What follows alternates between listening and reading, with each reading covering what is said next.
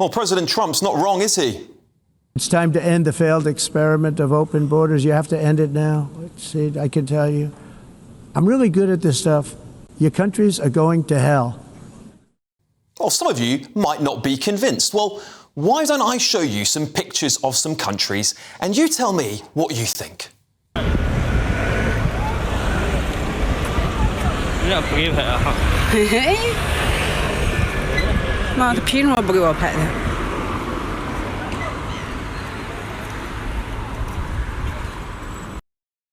Yep, well, that's Paris, France. It looks more like a tent city than a capital city of one of the most prosperous countries in the world. And how's it going in Sweden? Here's a report setting out some of the facts.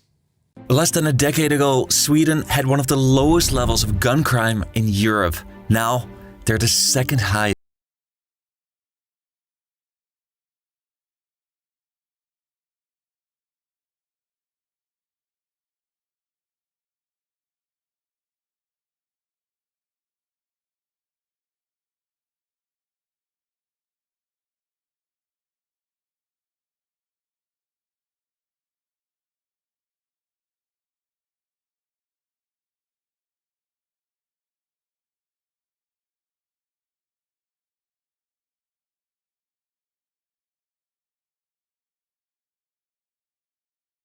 On government welfare.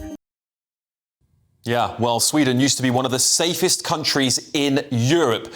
But no, of course, the left would say it's completely unrelated to immigration, isn't it? An explosion of gangs has nothing to do with soaring immigration. Let's check in on Germany too, shall we? These are Germany's huddled masses.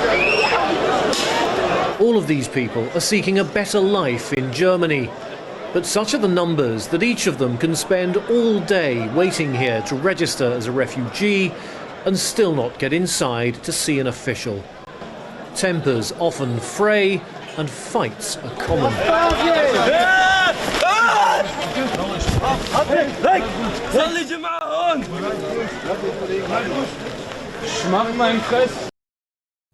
Yeah, that video is 9 years old and safe to say it's gone down exceptionally well in Germany, hasn't it? Which has played host to over 6.5 million migrants since 2015. One Syrian national was sentenced to life imprisonment for carrying out a deadly terrorist attack during a festival in the country last year.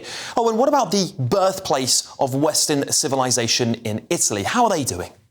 Now, we were mentioning before the riots on the Italian island of Lampedusa, where police are clashing there with Tunisian migrants. They threatened to explode gas canisters during a demonstration. We can bring you now Philip Williams' story. What started as a peaceful protest against forced repatriations ended with this. Hundreds of mainly Tunisian refugees cornered by police with only one escape route, straight down. Here it appears one man jumps over the wall as he's chased by police. Local residents seem to be joining in, throwing stones at those trying to escape. Totally normal, isn't it? Well, that video is also over 9 years old, but oh, of course, that's not the problem, is it? Women are completely safe, aren't they? Last week, Desiree Mariottini's 16-year-old girl, her body was found in an abandoned building in the San Lorenzo district in Rome. A picture of her was tweeted out by the Italian news agency, and she last spoke to her grandmother on the phone, saying that she was getting a bus home on the 17th of October, but then her body was discovered on the 19th of October. She was drugged and raped and believed to have died from an overdose. Well, state police have arrested 3 people. They tweeted this picture of one of the suspects they'd arrested in connection with this. The 3 people are migrants from Senegal and Nigeria, and this has reignited the immigration debate. And would you like any of these men, many from Pakistan, to make it to the UK? The deaths of migrants at sea are all too common, but this is the first casualty at the land border between Greece and the former Yugoslav Republic of Macedonia. This man from Morocco died after being electrocuted on the Greek side on Thursday. Violence first broke out last Saturday after another man was badly burned when trying to cross on the roof of a train.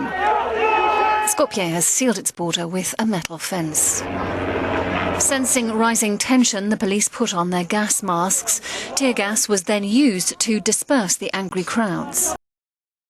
Yeah, and Morocco, of course, is also a safe country, and so is Pakistan. I wish I could say I'm surprised, though, but I'm not. And, of course, we can't forget about the United Kingdom, can we? With the high calibre of doctors and engineers we've been inviting into our country, and you all know the details of that, don't you? Well, it's quite clear to me Trump was just saying what all of us know to be true. And you know what? He's done something about it. Heard you got deported, dude. Bye.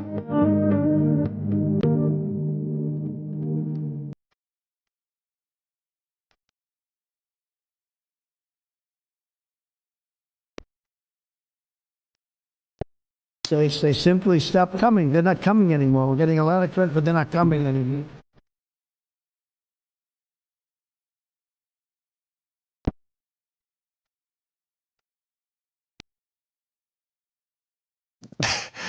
Two million illegal aliens out of the United States in less than 250 days. What a contrast to the United Kingdom, where, well, Keir Starmer has managed about, 4 as far as we know? As a journalist, I always need to remember more in less time. And you know what I really hate? Taking notes. It wastes loads of time and you forget stuff. And that's where Claude comes in.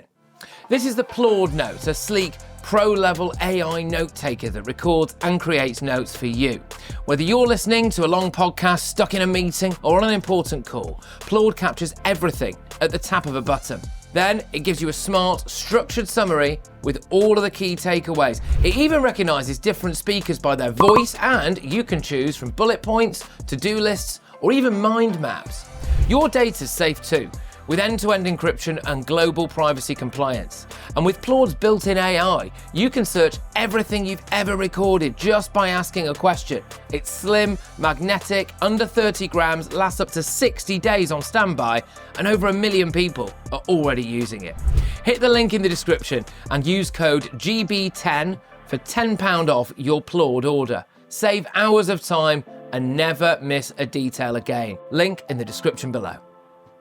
And before I get the thoughts of my superstar panel, I'm now joined by a senior advisor for the US Agency for Global Media and close President Trump confidant, Kari Lake. Kari, thank you so much for joining me. I played those clips there because I want the audience to remember this isn't just a UK issue. This is a European phenomenon as much as it is happening as well in the United States of America. Do you agree with Donald Trump that our countries are going to hell?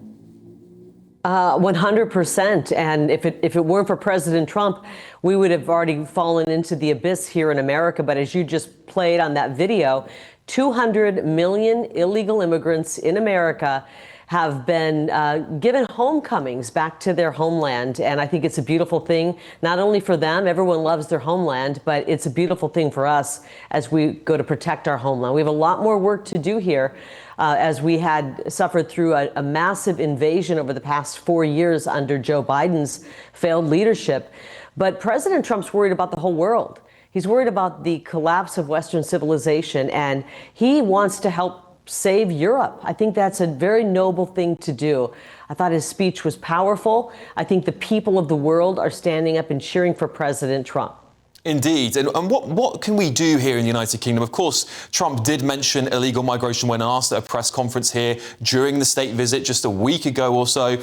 What is it, do you think, the action we need to take here, not just in the United Kingdom, but across Europe, Kari?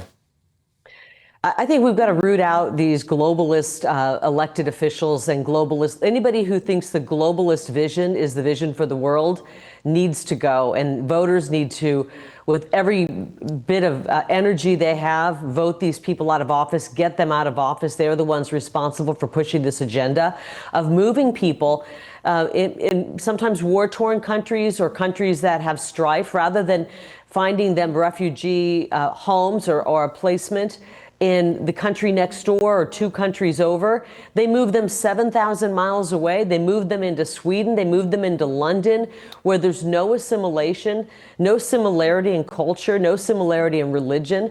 There's only one reason they would do that, and that is to topple Europe. This is an invasion of Europe through globalist agenda of mass migration, and they never had to fire a single shot. They've invaded these countries by pouring in and forcing in and paying to move in tens upon tens of millions of people into countries where there just is absolutely no assimilation. Indeed. Thank you so much, Kari Lake, for joining me there, Senior Advisor for the US Agency for Global Media and close President Trump confidant. Kari, fantastic stuff. Thank you very much. Thank you. I'd like to get the thoughts of my panel. Director for the Popular Conservatives, Mark Littlewood, businessman and political activist, Adam Brooks, and journalist and broadcaster, Nina Mishkov. Sorry, a bit of a long walk, as it always is, but thanks for joining me, panel. Mark, I'll start with you. I wanted to illustrate with pictures what's going on, because this is a crisis that goes back a decade. Yeah. It's not a modern phenomenon by any means. It's seen multiple governments across Europe, multiple leaders, deaths, casualties, a collapse in our culture. So much has happened as a result of this. What is it going to take for this crisis to end? Yeah, I mean, I thought it was especially important that you showed some videos from nearly a decade ago, because if we look over the past decade, this is the biggest mass movement of human beings in human history, bar none. I mean, the second place isn't even close. And the problem we've had is that the political establishment across the West has come up with no answer to it. So it took them by surprise. You know, I'm sure it will all be fine.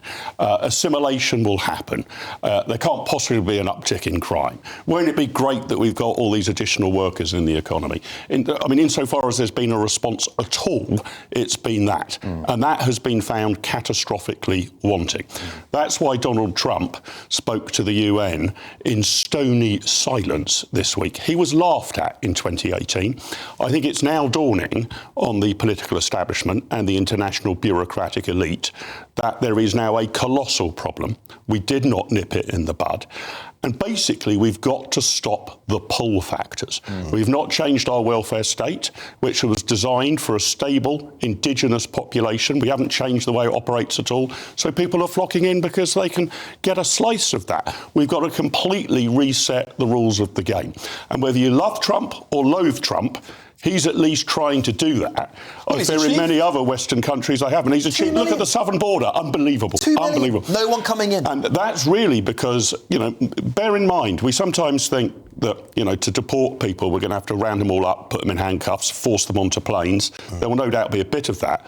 But most of these departures are voluntary. Yeah. Once you remove the benefits, once you remove that pull factor, that magnet factor, once you switch that off, people will actually say, I may as well return home. And Adam, this is now an issue that's very close to home, because over those 10 years we've been building and building and building on this crisis, haven't we? It's just like a layer upon layer. And the Bell Hotel in Epping is where this has all sparked off recently. Yeah. And I was talking about women's safety briefly there because I don't have much time, but I wanted to highlight that because this, again, is an issue across Europe. So look, this isn't just illegal immigration. This is legal immigration. This country has been gamed massively through study visas, through work visas as well.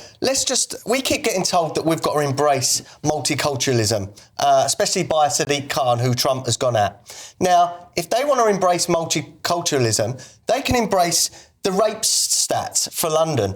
1 rape every hour is reported in London. That is a disgrace. Women are not safe in the capital. Are you implying that's all from migrants? No, I'm not. Right, let's get that clear. So let's also just say, in England and Wales in 2014, there were 29,000 rapes in this country. Now, as of 2025, there are 71,000 rapes. Now, what has changed in those last 10 years? That's not necessarily... 1 in 4 sexual crimes in this country is committed by a foreign man.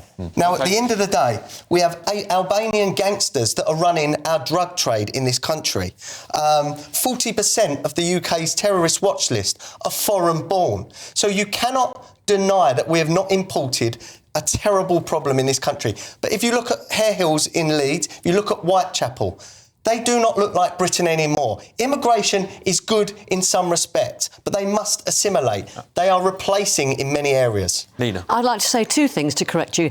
The woman that was on Kari, she said he deported 200 million. It wasn't. It was 2 million. It was 2 million. And I'd also like to say that Keir Starmer apparently and the Labour government have deported 30,000. So you said they hadn't. They haven't deported 30,000. In illegal migrants, it's not quite the case they've deported 30,000. But they've gone. OK. They're gone. It's like in America. They're not all illegal. They've gone voluntarily, or they've gone one way or the other. I really object to the demonisation of the word foreigner. There are many people who are foreigners who live in this country, who have contributed everything. They haven't come illegally, but because... I don't disagree that, but one in four... No. Adam, we listen to you, Carla. Just to say, that means that now that anybody who sounds foreign, who looks foreign, is being tarred with the same brush. And I just like to say I object to that. Firstly, obviously, the entire world is on the move. It's down to climate change, down to wars. Down to climate change. It is very much down to climate change. Well, if you look at East Africa, now I don't want to go and give you a geography lesson, but where there is drought and where there is famine, people then move. It is about money and chasing an easier life. It's not necessary. There are legal. There are illegal migrants, as you say, but there are also economic migrants, and I admit to that. But let me just say one thing. All the people that have come here illegally, or indeed legally, they've got themselves here. So inside them, there is some kind of a drive. There is some kind of gumption. We have got 1 million young people who are sitting in their rooms, on their sofas, doing sod all. They're not in training. And these people, whether you like them or not, they're not all saints. I'm saying they at least have some kind of passion. And besides which, if we didn't have migrants, our NHS would collapse. We've also got 1.3 million on benefits from foreign-born on benefits. 1.3 Our NHS would collapse. Nina, we have got to be more honest about talking about cohorts, right? You're right, we shouldn't tar people with the same brush, but we can look at population groups and make aggregate assessments about them. And we need to do that with a light touch. Doesn't mean that everybody in that group is a wrong-un. Agreed. But there are groups which are posing particular threats. Eritrean men, isn't it, and Afghanistani men, much more likely to commit crimes and sexual offences.